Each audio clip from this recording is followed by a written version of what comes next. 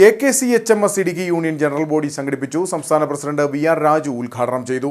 രാജ്യത്ത് ഉടനടി ജാതി സെൻസസ് നടപ്പിലാക്കുക, എയ്ഡഡ് മേഖലയിൽ ദളിത് വിഭാഗത്തിന് അവസരങ്ങൾ സൃഷ്ടിക്കുക എന്നത് അത്യന്താപേക്ഷിതമായി മാറിയിരിക്കുന്നു എന്ന് അദ്ദേഹം പറഞ്ഞു. അഖില കേരള ചേരമർ ഹിന്ദു മഹാസഭയുടെ ജനറൽ ബോഡിയാണ് കട്ടപ്പനയിൽ സംഘടിപ്പിച്ചത്.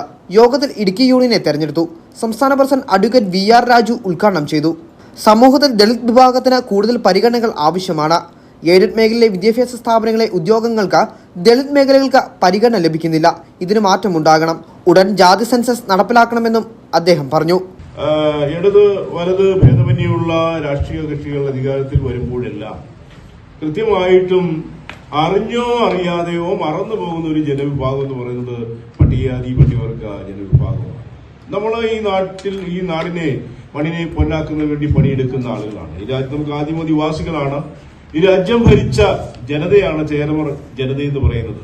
എന്നാൽ ഇന്ന് ഗവൺമെന്റിന്റെ ഖജനാവിൽ നിന്ന് കോടിക്കണക്കിന് രൂപ ശമ്പളമായി നൽകുന്ന എയ്ഡഡ് വിദ്യാഭ്യാസ സ്ഥാപനങ്ങൾ നമ്മെ സംബന്ധിച്ച് ഒരു ബാലികേറ മലയാണ്.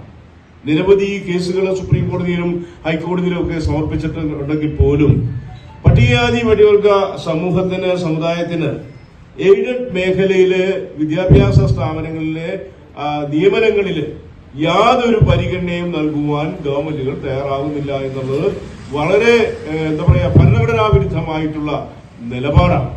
അപ്പൊ ഗവൺമെന്റ് പല ന്യായങ്ങൾ പറയും. ഭിന്നശേഷിക്കാരായിട്ടുള്ള സഹോദരങ്ങൾക്ക് അവർ നമ്മളെപ്പോലെ തന്നെ ബുദ്ധിമുട്ട് അനുഭവിക്കുന്നവരാണ്. ആ ഭിന്നശേഷിക്കാരായിട്ടുള്ള സഹോദരങ്ങൾക്ക് എയ്ഡഡ് വിദ്യാഭ്യാസ സ്ഥാപനങ്ങളിലെ നിയമനങ്ങളിൽ സംവരണം നൽകുവാനായിട്ട് ഗവൺമെന്റ് തയ്യാറായി. അത് ഹൈക്കോടതി അനുവദിച്ചു. അത് ഇന്ന് നടപ്പാക്കിക്കൊണ്ടിരിക്കുകയാണ്. അതേപോലെ തന്നെ പരിഗണന അർഹിക്കുന്ന ഭരണഘടനാപരമായി അവകാശം സിദ്ധിച്ച ഒരു ജനതയാണ് പട്ടികജാതി പട്ടികവർഗ ജനത. യൂണിയൻ പ്രസിഡന്റായി സുരേഷ് കമ്പമെട്ട, സെക്രട്ടറിയായി PK പ്രസാദ് എന്നിവരെയും 5-അംഗ എക്സിക്യൂട്ടീവ് കമ്മിറ്റിയെയും തെരഞ്ഞെടുത്തു. ഓർഗനൈസിംഗ് സെക്രട്ടറി സുരേഷ് ലബക്കട അധ്യക്ഷനായിരുന്നു. സംസ്ഥാന രക്ഷാധികാരി CD മോഹനൻ, വനിതാ സംഘം സംസ്ഥാന കമ്മിറ്റി അംഗം രാജമ്മ മോഹനൻ എന്നിവർ സംസാരിച്ചു.